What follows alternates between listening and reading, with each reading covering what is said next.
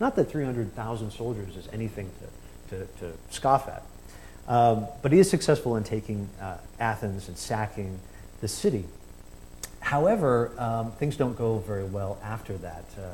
The Persian navy is repelled at Salamis in 480, and the Persian general, a general by the name of Mardonius, has to retreat from Athens because the winter sets in. He moves outside of the city is reoccupied, and in 479 he tries to retake it. And at this point he's completely unsuccessful in doing so. He loses at the Battle of Plataea, and as a result the entire occupation and invasion is called off. So the second Persian invasion comes to an end. But what this really does is sets in place a sense of a long-term collective memory of these struggles against Persia, something that is recorded in Hellenistic art and literature. A lot of these authors that we have actually served on these campaigns. They could speak firsthand about what occurred. So this becomes very, very much a part of Greek identity, and we'll see how that plays out with the coming of Alexander in 356. 330 is when he arrives. So really what we see is back at the center of Persia. Now the Persian Empire has been defeated. It's not invincible. It maintains itself for several more generations. Pretty much after the death of Xerxes, his son Artaxerxes Artaxerxes takes power, and a number of kings come to the throne after him. He's assassinated along with his crown prince by one of his successors. That successor is then killed. People poison each other left and right for several generations until we see Darius III take the throne, who encounters an upstart from Macedonia, an upstart by the name of Alexander, who was a brilliant military strategist and began to expand his proto-empire in Macedonia, taking over Greece and starting to fight battles in the Near East. Alexander initially doesn't really have the intention of taking over the Persian Empire, but he fights 3 battles and essentially is very successful in them. One of these battles is the Battle of Issus, which was immortalized by a Greek painter and then later recopied by a Roman mosaicist in the 2nd century BCE. So this is a Roman mosaic which is copying an earlier Greek painting that comes from Pompeii. And in it you can see Alexander, again, who's extremely young. At this time he's only 22 years old and already has fought 3 major battles and successfully defeated the Persian Empire in each one. So he's depicted here at Issus. And really, these battles around 333 spell the end of the Persian Empire. And this has to do not just with Alexander's brilliant strategy, but also the fact that the Persian Empire at this point has overextended its bounds, as we've seen under these kings that follow Xerxes, that follow Artaxerxes. The palace is in chaos, administration isn't being run properly, and that internal weakness combined with the ambition of a young general really spells disaster for the Persians. We know that Alexander advanced on Persepolis around 330 BCE. Darius III flees, and Alexander is able to occupy not just Persepolis, but Babylon, Susa, and the entire ancient Near East. Persepolis is burned to the ground. It's burned in 330. And there are different accounts of this. Some say it was an accident. Some say that Alexander got drunk and in a drunken rage declared that the city should be burned for an offense that was against him. It's really unclear, but we do know that the city is destroyed in 330. But Alexander does claim to be heir to the Persian Empire. He integrates quite readily. In fact, he has 10,000 of his Macedonian soldiers marry Persian women and attempts to restore Babylon the city of Babylon to its former greatness. And he does this in Egypt too. He actually has himself at a temple in Siwa, in the western oasis. He's actually crowned king and has the priests of the temple in Siwa declared that he's actually a god.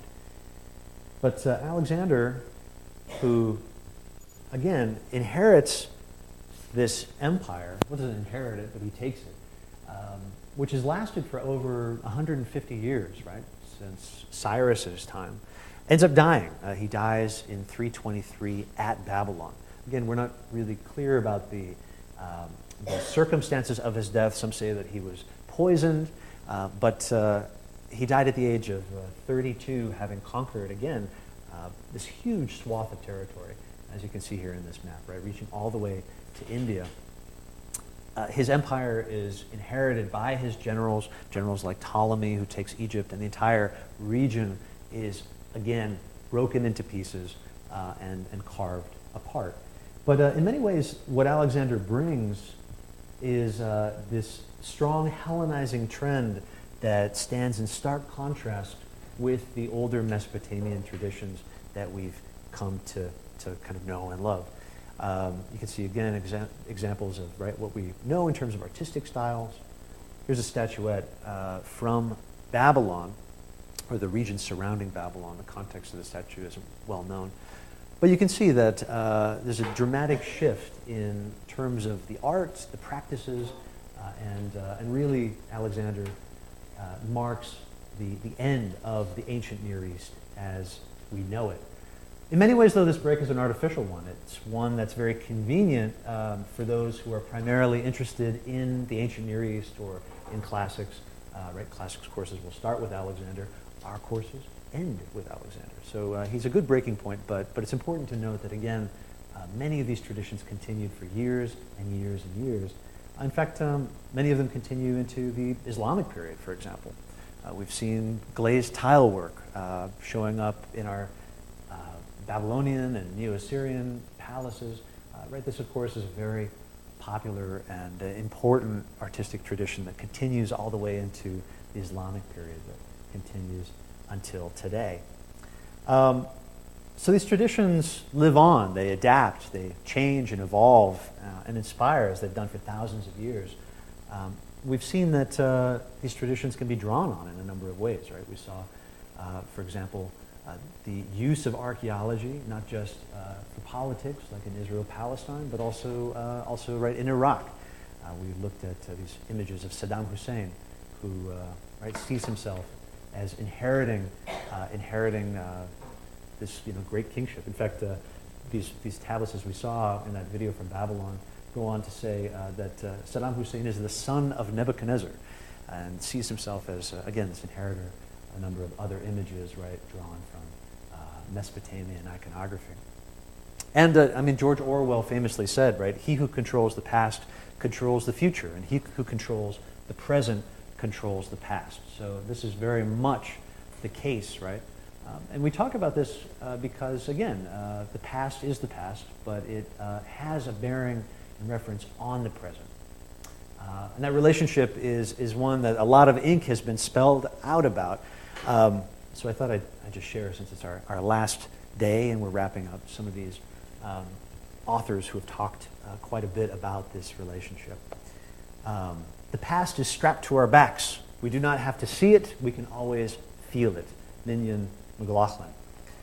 Life would be no better than candlelight tinsel and daylight rubbish if our spirits were not touched by what has been. George Eliot. One charm of the past is that it is past. Oscar Wilde.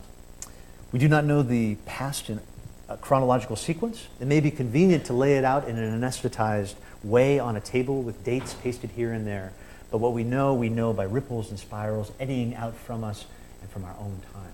Ezra Pound. The study of the past is important if you would define the future, Confucius. What is past is prologue, William Shakespeare.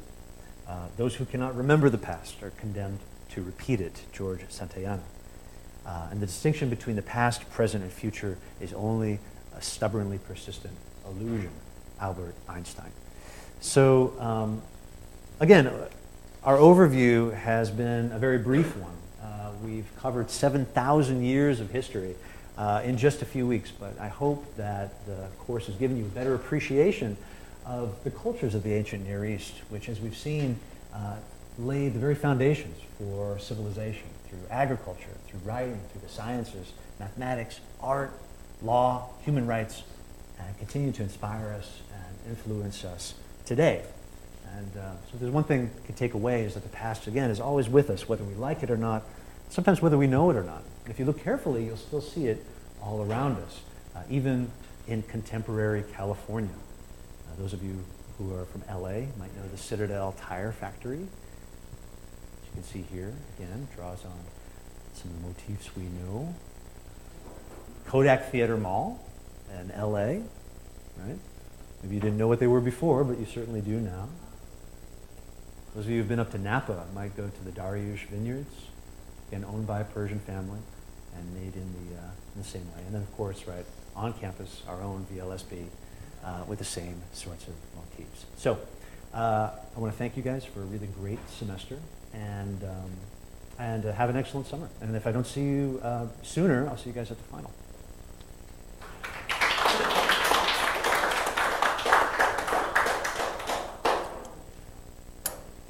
I'll also be posting office hours, too, for next week, so you guys can swing by. And I'm around for a little bit now if you have any questions or need to talk about anything.